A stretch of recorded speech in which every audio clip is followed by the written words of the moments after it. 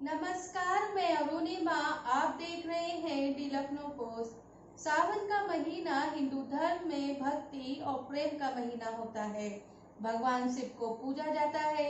Hindu calendar के अनुसार सावन मास के शुक्ल पक्ष की पंचमी को नाग पंचमी के रूप में मनाया जाता है। नाग पंचमी हिंदुओं का प्रमुख त्योहार है। यूपी में नाग पंचमी बड़े ही अलग ढंग से मनाई जाती है। भारत के उत्तर प्रदेश में नाग पंचमी के त्योहार पर गुड़िया पीटने की अनोखी परंपराएं निभाई जाती हैं। नाग पंचमी के दिन महिलाएं घर पर गुड़िया बनाती हैं और उसको चौराहे पर या तालाब कुएं के किनारे फेंक देती हैं। बच्चे उसे लाठी और डंडों से पीट कर खुश होते हैं। इस परंपरा की शुरुआत के बारे में कई कथाएं प्रचलित है। हम आपको बताते हैं इस परंपरा के पीछे की कुछ अनोखी कहानियों के बारे में।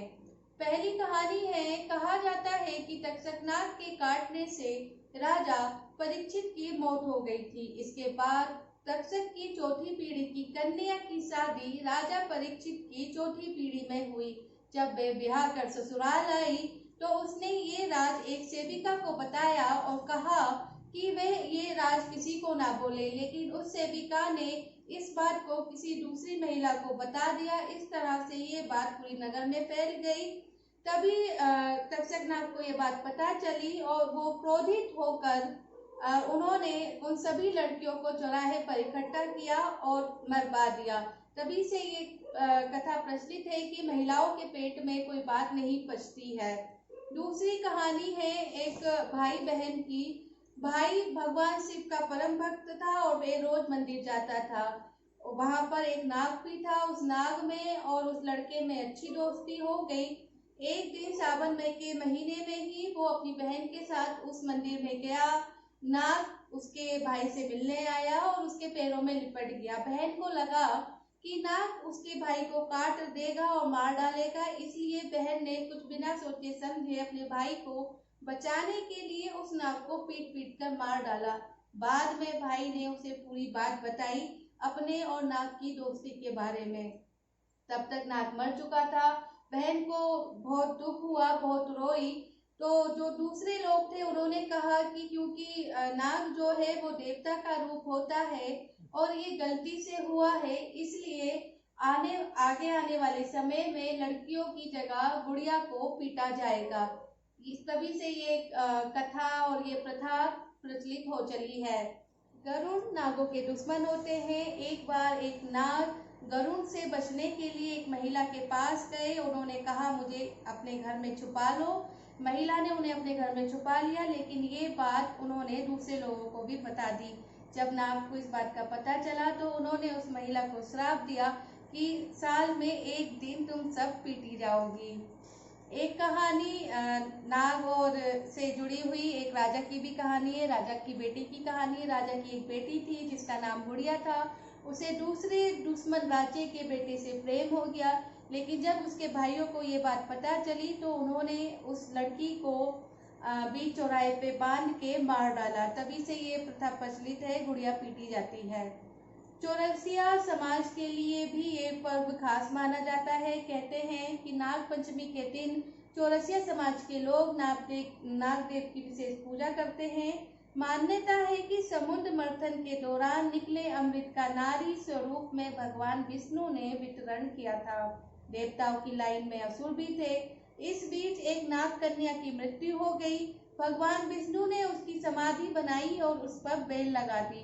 इसके बाद से भीट पर पान की खेती होने का प्रचलन शुरू हो गया, जो आज भी जारी है। कहा जाता है कि ऋषि कश्यप के पुत्रों को चौऋषि कहा जाता था, जिसे चौरसिया कहा जाने लगा।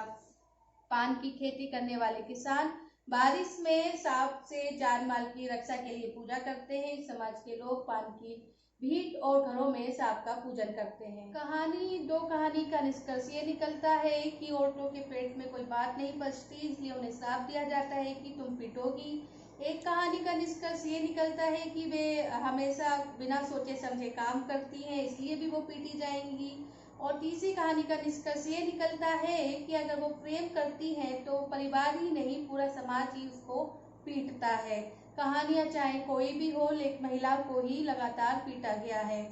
हमें इस कुरीति को बदलने का समय आ गया है। हमें अब आज के समय में सोच विचार कर ही प्रथाओं को, कथाओं को मान्यता देनी चाहिए। हमें त्योहार मनाना चाहिए, ना कि इस तरह की प्रथाओं को बढ़ावा देना चाहिए। हम सभी को, जिसमें औरतें भी हों, लड़कियां हों, बच्चे हों, पुरुष हों, सभी को मिलजुल कर भागीदारी करनी चाहिए कि ये जो प्रथाएं हैं गुड़िया पीटने की, इसको अब बदलने का समय है। कहानियां चाहे जो भी हो, पर एक कुरीति को, समाज विरोधी रूढ़ी को मानना बंद कर देना चाहिए। परंपरा के नाम पर महिलाओं को अपमानित करने वाली परंपराओं के खिलाफ औरतों को ही नहीं, पुरुषों को भी खड़ा होना चाहिए। मैं सभी से अपील करती हूँ कि वे गुड़िया पीटने की प्रथा में भागीदारी ना करें। त्योहार खुशी मनाने के लिए होते हैं, ना कि किसी का मन दुखी करने के लिए। अगर हम किसी का मन दुखी करते हैं तो क्या हम खुश रह सकते हैं? इसलिए मिलकर खुशी के इस पर्व को मनाइए, गुड़िया को झुलाइए, उस अन्य खेल खेलिए, लेकिन गुड़िया को पीटिए नहीं। नाग पंचमी की हार्दिक शुभकामनाएं। वीडियो पसंद आया है तो इसे लाइक करें। चैनल पर पहली बार आए हैं तो सब्सक्राइब जरूर करें, बेल आइकन जरूर दबाएं, ताकि आपको हमारी हर वीडियो का नोटिफिकेशन मिलता रहे। स्वस्थ रहे, सुरक्षित रहे, जागरूक रहे। नाग पंचमी बनाएं, गुड़िया को खिलाएं, गुड़िया को पीटे नहीं। नमस्कार।